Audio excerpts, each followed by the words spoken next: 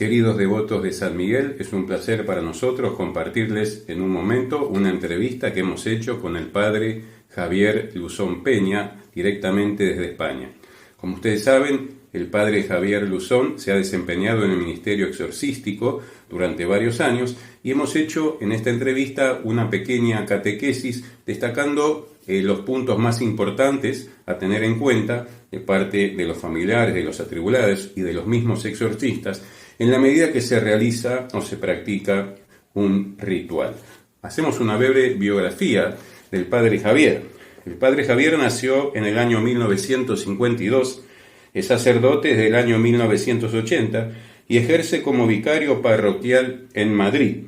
Se inició en el Ministerio de Liberación en la diócesis de Córdoba a mediados de los años 90 y fue exorcista de la diócesis de Madrid, donde en las miles de intervenciones realizadas adquirió una amplia experiencia.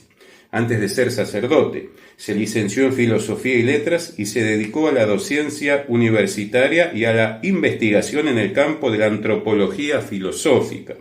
Resultado de sus inquietudes en el mencionado segmento disciplinar fue su trabajo monográfico Amar con el cuerpo y claves antropológicas de la moral sexual católica. Esto fue en el año 1998. En el año 1984 se doctoró en teología y actualmente es profesor de antropología teológica.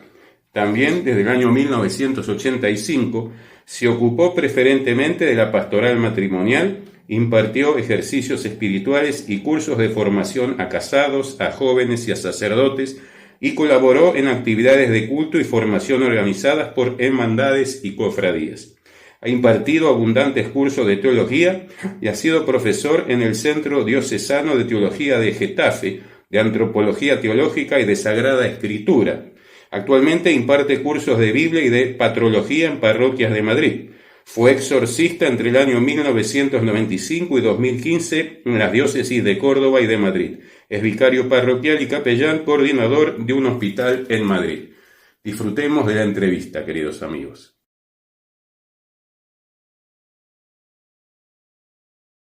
La primera pregunta sería, ¿por qué los ángeles bienaventurados se rebelaron contra Dios?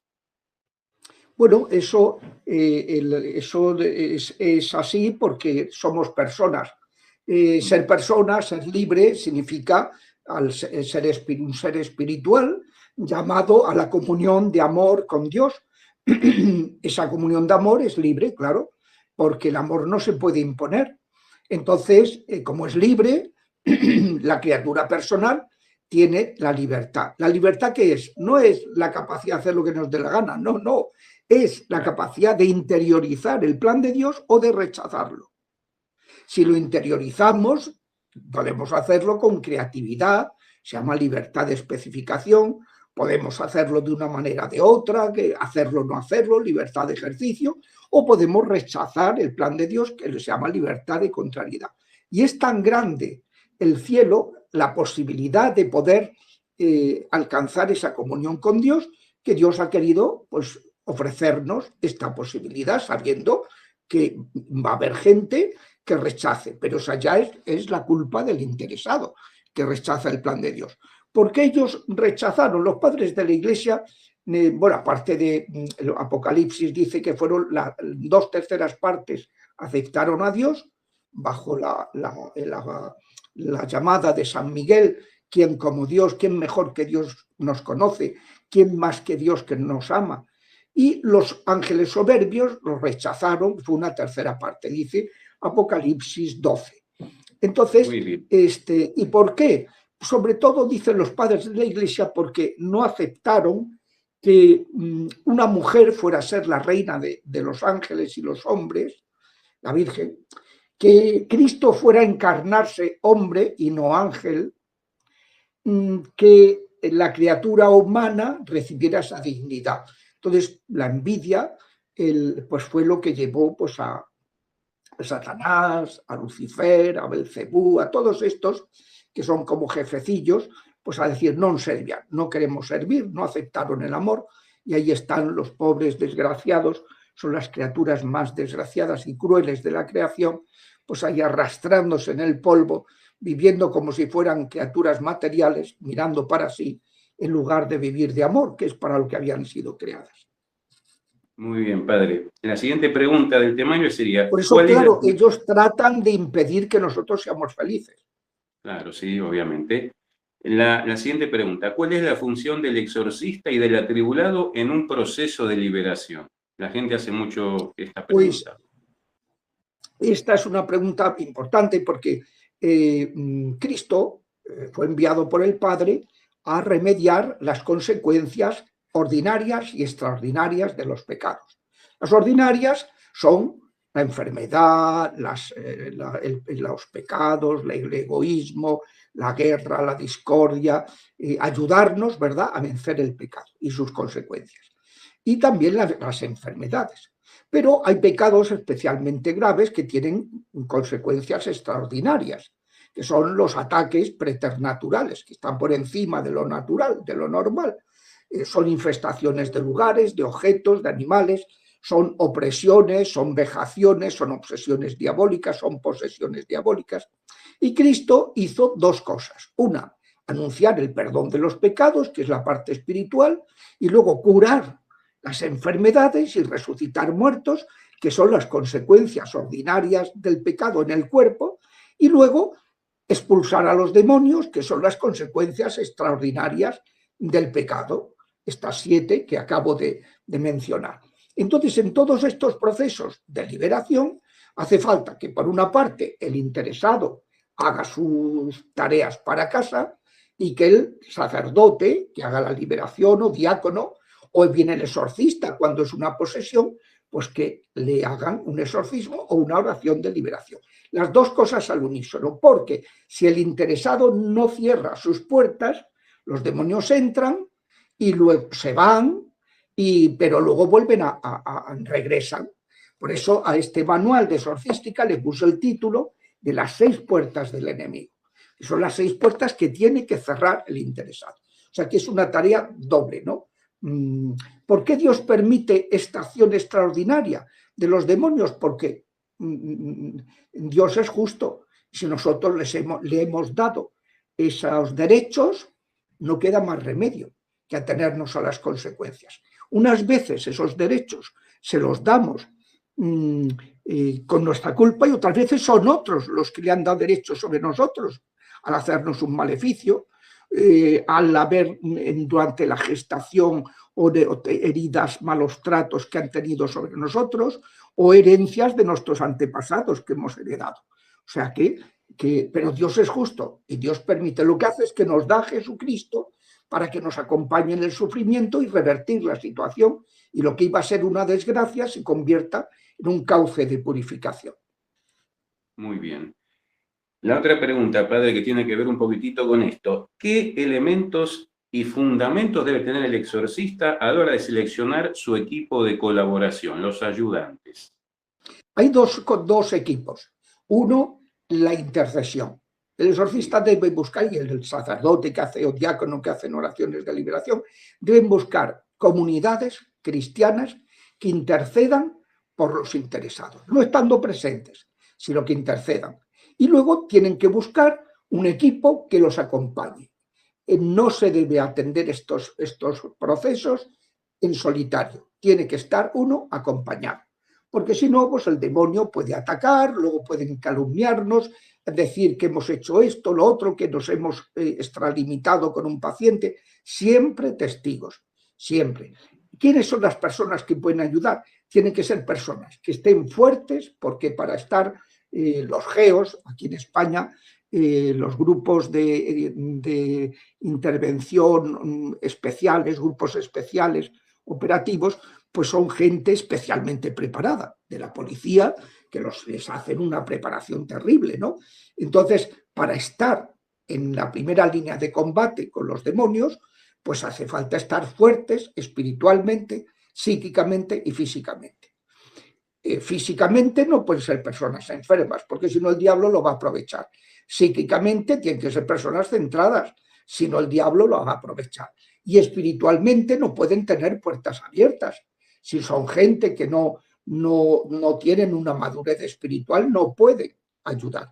O tienen puertas, han practicado cosas de nueva era y no han abjurado y no han cerrado esas puertas, o puertas de rencor, o puertas de que no tiene una vida espiritual intensa, o tiene heridas de seno materno, o herencias de los antepasados, o ha recibido maleficios, no se puede exponer a una persona en estas condiciones a una primera línea de combate porque lo van a destruir. Tiene que ser gente madura espiritualmente. Y luego gente discreta. Si una persona es indiscreta, no puede colaborar. ¿Por qué no? Porque esto es como el secreto de confesión. No se puede comentar nada. Esto pertenece al fuero de la conciencia, fuero privadísimo. Entonces es un sagrario. Entonces, si una persona es bocazas, no puede participar en un ministerio de estos. Por muy buena que sea, por muy que tal, no puede dejársele que participe. Y evidentemente tienen que estar en un estado de gracia, eso es indiscutible, obviamente. Hombre, eso es lo primero que he dicho. Lo primero, tiene que estar fuerte espiritualmente. O sea, eso es lo primero. Tienen que estar confesados, estar en gracia de Dios, empezando, por supuesto, por el propio exorcista. Si no, es que los destruyen. Exactamente. Un error que está en su libro que muchos exorcistas cometen, que es el fisicismo, que usted lo describe. ¿Por qué debe evitarse en el ritual? Sí, muchas veces ahora, por ejemplo, estoy viendo un curso de demonología en el que, pues, por ejemplo, se explica cómo sujetar a las personas. Yo la verdad es que eso lo hacía al principio, hasta que descubrí que la sujeción tiene que ser la palabra del sacerdote, el mandato sacerdotal. No hay que ponerle una manta o un tal para que no sé qué, no sé cuánto. No, hombre, hay que estar un poquito atentos mientras empieza la oración y hasta que obedezcan, porque tardan un poquito en obedecer, pero hasta someterse. Pero no hay que sujetar a las personas, ni tocar a las personas, ni nada que se le parezca. Lo que hay que es que el sacerdote te dice, oye, en el nombre de Jesús, yo te ato y te amordazo y te prohíbo que ataques a esta persona, o que te muevas, o que te eleves, o lo que sea, ¿no? Quieto, en el nombre de Jesús, y ya está. Ahora te lo ordeno y ya está. Hay que dar bien los mandatos. Hay que manjar, o a veces lo que pasa es que por falta de experiencia, o sea, uno de los problemas que tenemos es que nombran a un exorcista y no lo forman. Y entonces, pues claro, se cometen una cantidad de errores y de imprudencias. Tiene que tener una formación con un exorcista aprobado, que tenga experiencia y que le vaya diciendo cómo actuar y cómo tal. Entonces, o sea, no hay que tocar. Es un error en que han caído, pues me acuerdo, nosotros, exorcistas de Madrid, sustituimos a uno que hubo que retirarlo porque había caído en ese error. Y es una persona estupenda, pero había caído en ese error del fisicismo. No, la palabra del sacerdote es lo que hace, porque es Cristo y tienen que obedecer. Si se manda bien, si se le dice cuándo, cómo y a dónde, no le queda más remedio. Te vas ahora, ¿a dónde? A los pies de la cruz de Cristo, como sin interactuar con otro demonio. O cuando se le manda, cállate, el nombre de Jesús. Se le dice 3 veces y se acabó la historia. No le queda más remedio que callarse o que estarse quieto. Deja que esta persona atienda en la oración. Y ya está. Y entonces, pues, o sea, no hay que darles protagonismo, no hay que estar preguntándoles. El ritual dice que en todo caso preguntarle el nombre, que es una manera de someterlos, porque el poner un nombre es un sometimiento, ¿no? Es una señal de autoridad sobre el ese. Pero salvo eso, no, para que como tal, si es que mienten más que hablan. Entonces, claro, el Papa lo dice muchísimo, ¿no? Que no dialogar con ellos. Bueno, muy bien. Y otra pregunta que a nosotros nos pasó, sobre todo con el padre Carlos Mancuso, que por ahí venían gente que quería ayudar, que decía tener supuestos dones, como ser visiones, alocuciones, dones de sanación, que hablaban con la Virgen. ¿Cómo proceder frente a esos casos, digamos, de entrada? ¿Cuál bueno, sería pues lo que hay que hacer, ante todo, pues hay que discernir. El sacerdote tiene que discernir a ver si es verdad que existen esos dones, porque, oye, hay que leer capítulo 12 de 1 Corintios, donde habla pues, de la palabra de conocimiento, el don de profecía, el don de lenguas, el don de discernimiento de espíritus. Yo me he encontrado con gente que sabía qué demonios habían o qué es qué palabra de conocimiento, etcétera, que ayuda mucho, pues te dice lo que hay y tú tienes el carisma de liberación y tú mandas para que se vaya. O sea, pero a lo mejor si no sabes lo que hay, pues estás desorientado. Ahora, hay que discernir muy bien, porque hay gente que dice que tiene un carisma y luego lo que tiene es el demonio que está influyéndole. Claro, Claro, que le y falta la dice, base. claro, pues que ve cosas, claro que las ve, porque el demonio detecta a los otros demonios, pero eso no viene de Dios. Entonces hay que discernir muy bien. Yo he visto, por ejemplo, exorcistas que utilizan a un poseído para averiguar qué demonios tiene el otro. Eso es un disparate. Claro. Jamás se debe utilizar. Y esto de los videntes, de que un vidente, que no. Hay que asegurarse muy bien si una persona tiene palabra de conocimiento y en el supuesto de que la tenga, pues oye, hay que, en el supuesto de que la tenga, pues que la haga con discreción. Yo me acuerdo una persona que me acompañaba y que quería tener mucho protagonismo. Le dice, mira, no sigas viniendo. Yo me siento mucho tener que renunciar a tu ayuda, pero es que esto no es, ay, es que en la renovación estamos acostumbrados a otra cosa. Pues esto no es la renovación. Esto es el ministerio exorcístico. Entonces tú te callas, me lo dices luego en privado y ya haré yo lo que vea. Pero de esto de aquí, como si fuera una especie de oráculo o de vidente que no sé qué y tal, no. Tonterías las mínimas. Casi en las mismas enseñanzas que nos impartía el padre Carlos Mancuso. Hay una pregunta que viene de un sacerdote de la Unión que está muy preocupado porque tiene otros sacerdotes que le dicen que el tema de las ataduras intergeneracionales no forma parte de la doctrina eclesiástica y tiene que ver todo con el paganismo. ¿Qué nos puede decir al respecto? Bueno, sobre eso ha habido, en el año 2007 hubo 2 conferencias episcopales, la coreana, porque había un obispo, vio una serie de excesos de gente que no estaba bien, y entonces pensó que esa era la renovación carismática, no, eso era un señor pirao que estaba haciendo cosas raras. Y entonces, pues denunció y tal, y Roma no les hizo caso, corrigió lo que tenían que corregir y ya está. Y la conferencia francesa, que dijo que si esto que disminuye la responsabilidad, que tal, que un perito psicólogo decía y tal. Entonces, bueno, a ver, los psicólogos que hablan de psicología, pero de las cosas espirituales, hablemos los sacerdotes, que somos los que nos dedicamos a eso. Entonces, pues Roma tampoco les dio la razón. Y 8 años después, la conferencia polaca volvió a la carga. Y Roma no solo no les dio la razón, sino que sacó un documento que se llama Juvenescit Ecclesia. La iglesia se rejuvenece cuando se respira con el pulmón carismático y el pulmón jerárquico. Es decir, que, a ver, yo lo que recomiendo es que vayan ustedes a la página web de las6puertas.com, que viene aquí en el dorso del libro, en las6puertas.com.